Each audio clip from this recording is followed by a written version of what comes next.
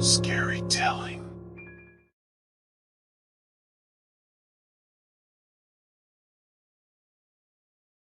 I was sitting in the little grill section of a major New Orleans grocery store.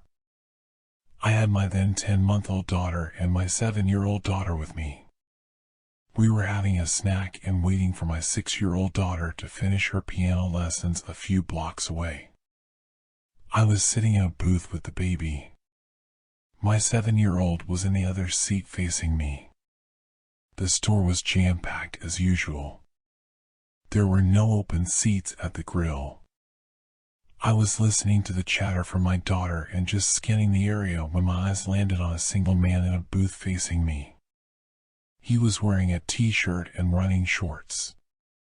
He was smiling at me oddly. Weirdo. After just mindlessly looking around the area for a while, my eyes fell on Weird Guy again, but this time he had his balls hanging out of his shorts and resting on the plastic bench seat that other people use. I could tell that he knew that I'd seen, and he was thrilled.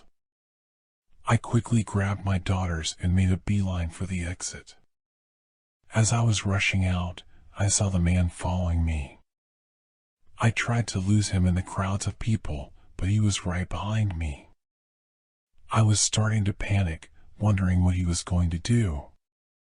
We finally made it outside, and I thought we were safe. But when I turned around, the man was still following us. He had a crazed look in his eyes, and I could tell that he was up to no good. We started running, but he was getting closer and closer. Just as he was about to grab us, a police officer appeared out of nowhere and tackled him to the ground. The man was arrested and taken away, but the incident left me shaken. I couldn't stop thinking about what could have happened if the police officer hadn't been there to save us. Over the next few days, strange things started happening around our house.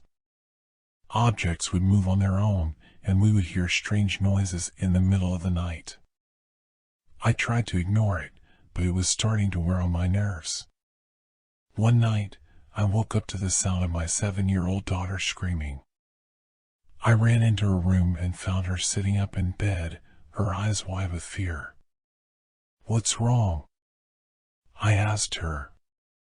She pointed to the window, and when I looked, I saw a figure standing outside. It was the man from the grocery store. He was staring at us with his crazed eyes, and I could feel his malevolent energy even from inside the house. I immediately called the police, but when they arrived, the man was nowhere to be found. They searched the area, but there was no sign of him. From that night on, I couldn't shake the feeling that he was still out there, lurking in the shadows, waiting for his chance to strike. Every time I heard a noise or saw a shadow move, I wondered if it was him. Years passed, and I moved away from that house, but I still had nightmares about the man from the grocery store. I could never shake the feeling that he was still out there, waiting for his chance to strike again.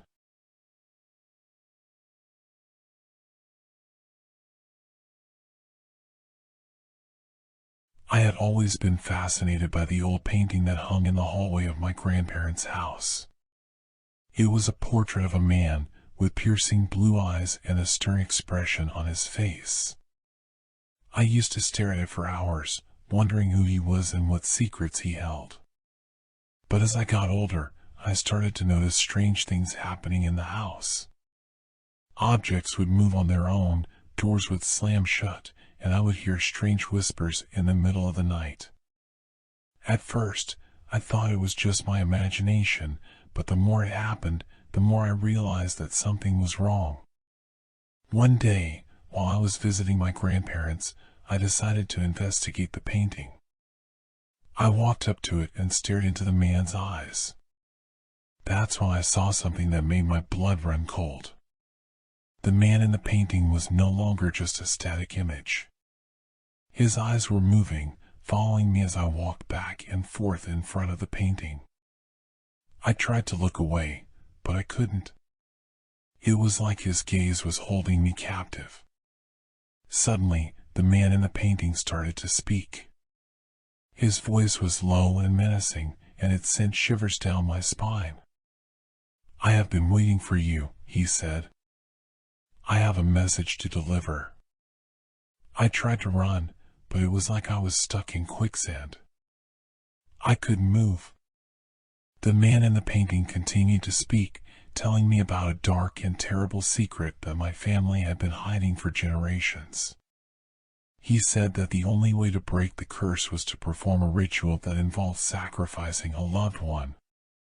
I didn't want to believe it, but as I looked at the man's eyes, I knew that he was telling the truth. I was trapped, with no way out.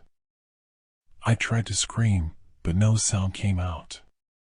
Suddenly, my grandparents burst into the hallway, and the man in the painting disappeared. They asked me what was wrong, but I couldn't speak. I was too terrified to tell them what had happened. After that day, I avoided the hallway with the haunted painting. But I could feel its presence wherever I went, watching me and waiting for me to perform the ritual. I knew that I had to find a way to break the curse, but I didn't know how. Years went by, and I tried to put the painting out of my mind. But one day, I received a letter from my grandmother.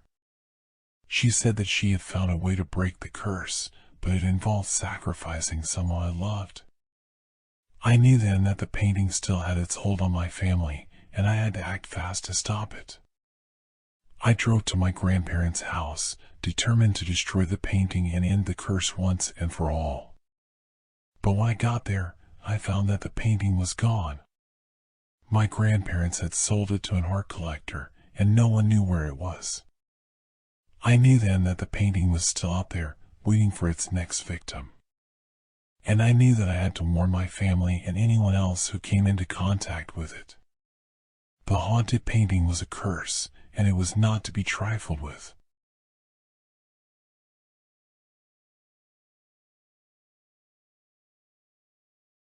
I once went on a drive of 200 miles, and naturally during that I needed to stop for a break, so I pulled into a lay-by, stretched my legs, had a smoke and generally chilled for a short while. I looked at my surroundings and they were typical, a bit dirty, a bin that needed emptying, and a bit of rubbish dumping.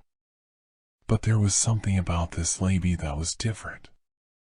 I couldn't quite put my finger on it at first, but the longer I stayed there, the more uneasy I became. It was getting dark and I had a long way to go, so I got back in my car and continued on my journey. But the feeling of unease stayed with me, like a dark cloud hanging over my head. As I drove, the road became narrower and more winding, and the trees on either side seemed to grow thicker and darker. It was like driving through a tunnel of darkness. And then, I saw her. A woman, standing on the side of the road, waving frantically at me. She was in distress, and I knew I had to help her. I pulled over, and as I got out of the car, I saw that she was covered in blood. Her clothes were torn, and she had a wild look in her eyes. "Please, you have to help me," she begged. I didn't know what to do, so I called the police. But when they arrived, the woman was nowhere to be found. They searched the area, but there was no sign of her. As I continued my journey, I couldn't shake the feeling that something was terribly wrong. And then, I saw her again. The woman, standing on the side of the road, covered in blood. This time, she got into the back of my car, and as I drove, she whispered in my ear, "Be careful, the road ahead is dangerous. There are things lurking in the darkness, waiting to get you." I tried to ignore her, but her words stayed with me, like a warning. And then, I saw them. Shadows moving in the darkness, things that shouldn't be there. And I knew, without a doubt, that I was not alone on that road. The woman was gone when I looked back, and I knew that I was in grave danger. But there was no turning back now. I had to face whatever was out there, in the darkness. As I drove on, the shadows grew closer, and I could feel their cold breath on my neck. But I didn't stop. I couldn't stop. And then, I saw it. A figure standing in the middle of the road, blocking my way. It was humanoid, but it wasn't human. Its eyes glowed in the darkness, and it had long, twisted arms that seemed to reach out for me. I swerved to avoid it, but it was too late. The figure had already gotten inside my car, and it was coming for me. I don't remember much after that. All I know is that I woke up in a hospital bed with no memory of how I got there. But the feeling of unease stayed with me like a dark cloud hanging over my head. And I knew, without a doubt, that I had been touched by something that should never have been touched. Something that was lurking in the darkness, waiting to get me.